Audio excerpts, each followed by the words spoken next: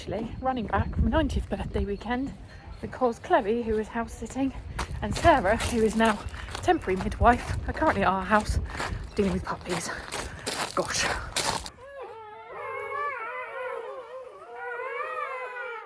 And I walk into the amazing Tweed having already had 6 puppies, but we think there's another one to come. I just think it's amazing how they can have never had puppies before and they just know what to do. If you watch closely, you'll see a sleeping Tweed have a contraction.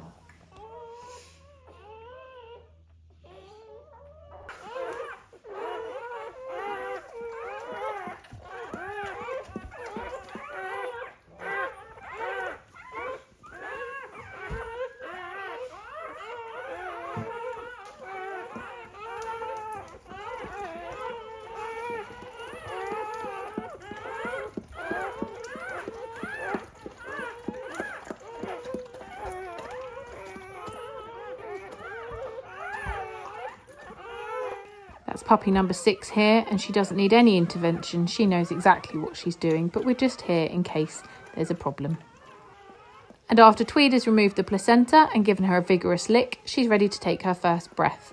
And then she'll be moving around before you know it, heading to the heat to dry off. A slightly surprised Sarah leaping into midwife action because we thought we were only expecting 7, and an 8th nearly got born standing up. How do the hands feel?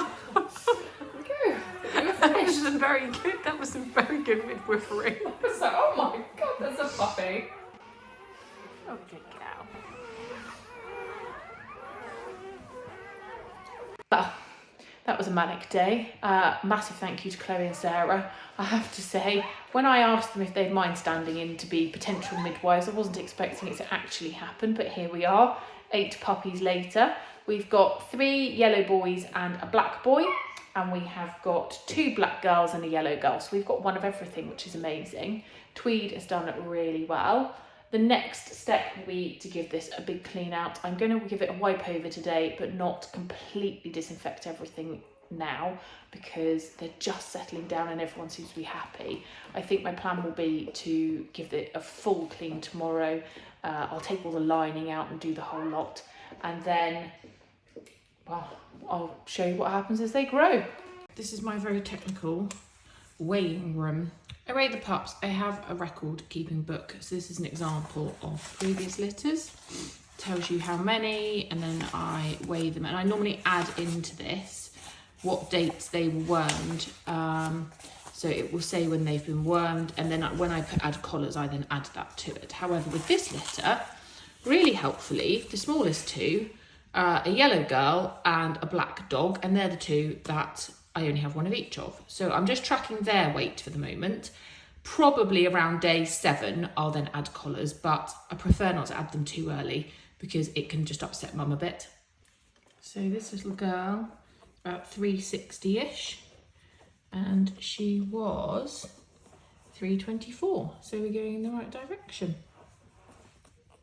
And this is the snoozy boy, and he's just coming at 365, and he was 358. And sometimes they'll dip a bit, but it's just to keep a general track. Everyone has got full bellies, which is a good sign. Just having a box clean out, and look at these guys. They'll be back under the heat in 2 minutes.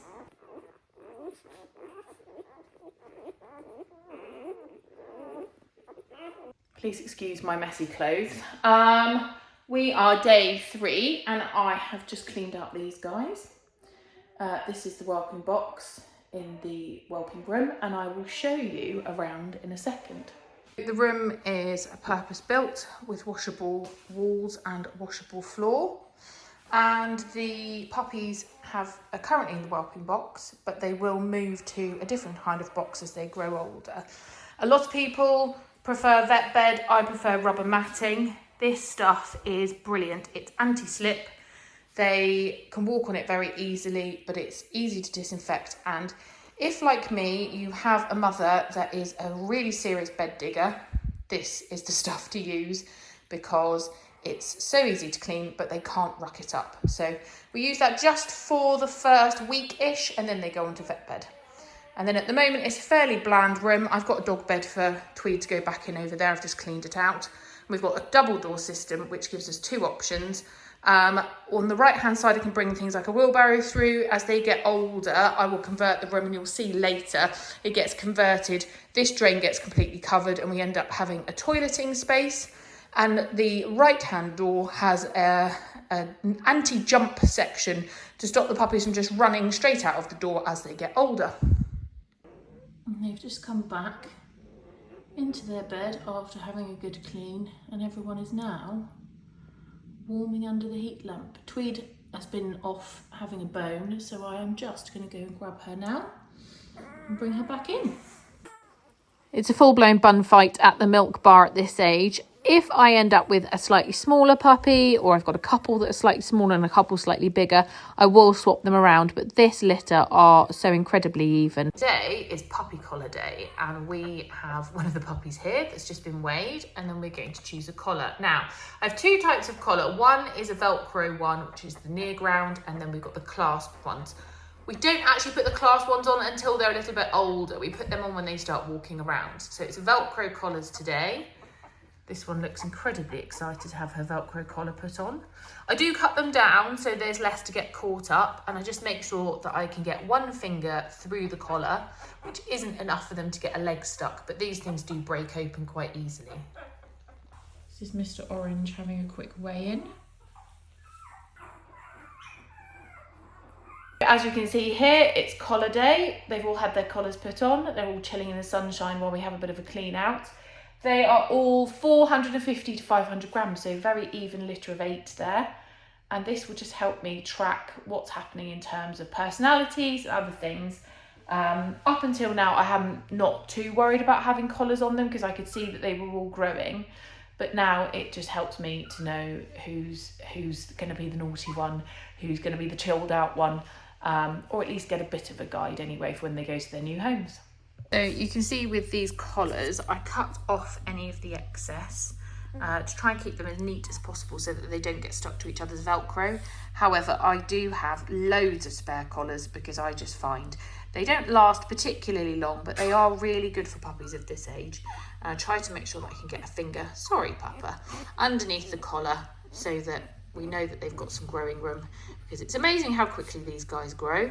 So one finger under the collar, and then that means that everybody's got a little bit of space and no one can get a leg caught, and that's how we work.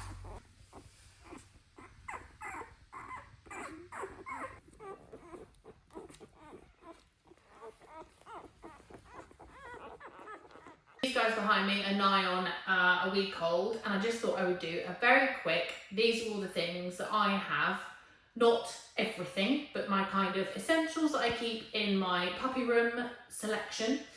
So first of all, we use this Whelping box. It's absolutely fantastic. It's wipe clean, and you can slide extra panels in. So as the puppies get slightly older, you slide another panel in and it stops them jumping out. That said, we do quite quickly, when they're around 3 weeks old, 2.5 weeks old, switch to a completely different box of much lower size that my husband made, because I prefer them to be able to come and go and not end up stuck outside the box and not able to get back in.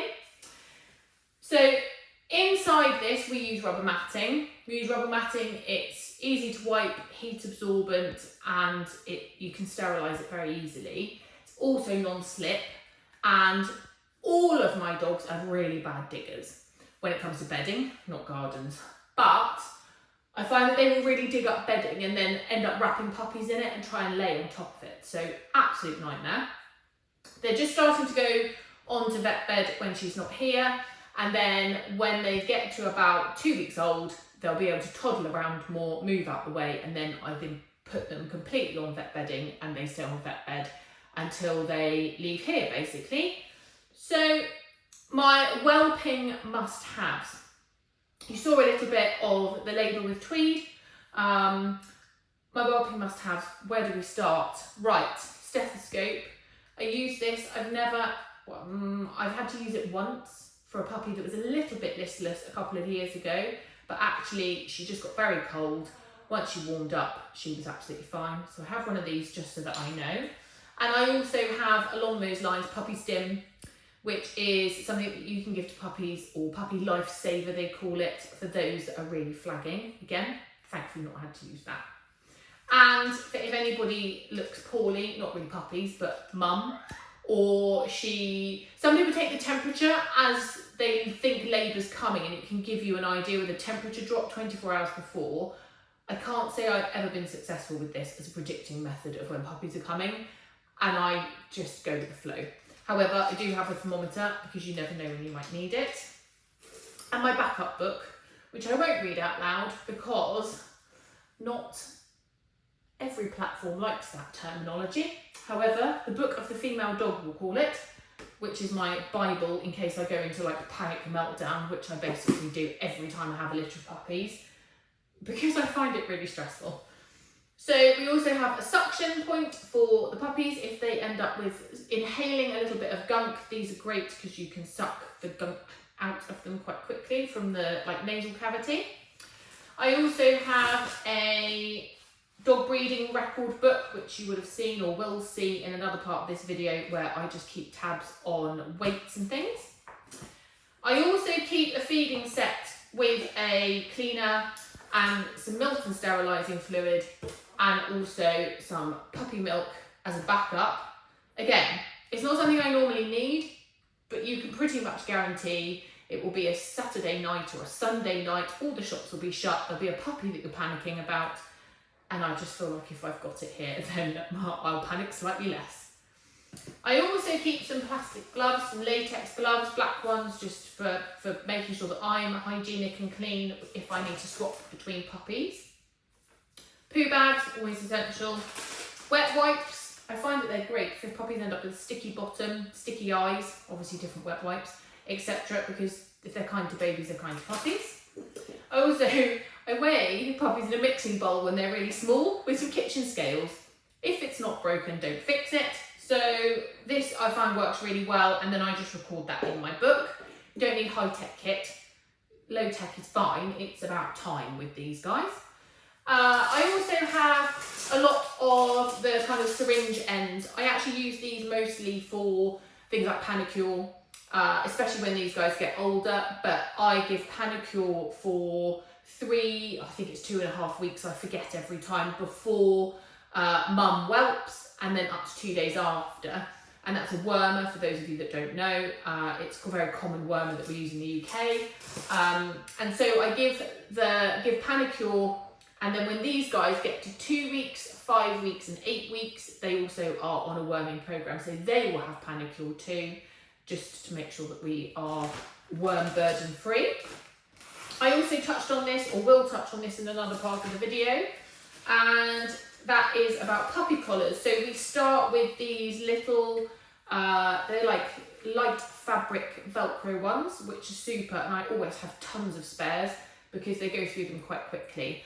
And once they start to lose their stick, they end up sticking to each other in everything. So I immediately take them off, put them in the bin and pop another one on. So sometimes my puppies will change collar colour throughout the cycle. It's more, for me as the breeder, I'll remember who is who to trace them, rather than for potential prospective owners to know which puppy's which. Because at this age, I always say, don't fall in love with the collar of a puppy, because at the end of the day, that puppy may not be suitable for your environment. Some people are looking for a chilled out dog, some people are looking for a working dog, and people can fall in love with a photograph, and it's important to fall in love with a personality, not a photograph. And then I have lots of these collars. These collars are the clip collars. These things get broken and lost quite regularly. So I tend to use those, but as they get a little bit older, because they're a much more heavy duty, sort of bulky collar, they won't really be going into these until they're probably 3 to 4 weeks. So we go with the Velcro collars early and we go with these later. And then in addition to all of these things, I keep a mop and bucket dedicated for this room, with obviously a floor cleaner. I keep a cleaner that I can use in here. and everything again dedicated to this room. I've got a dustpan and brush dedicated to this room. All of this is cleanable and I can wash it down, disinfect it, and I've got a drain so I can even jet wash through if I need to. This is all wipes down and cleans, and I just try to keep on top of those things really. As they get older, I'll give you some more information because we'll start going into like loo areas and I'll be covering drains. This will be changing into something else, etc. We'll be having outdoor garden time, but I'll do another video later. And then Mum now has a bed which you can't see, which is just under the camera, and that is a separate, slightly raised bed just for her, and she can just go and sit on there if she doesn't want to be under here with all of this heat and lights. I tend not to put the bed in when they're pregnant because I want to encourage them to sleep in here. This needs to be the safe haven.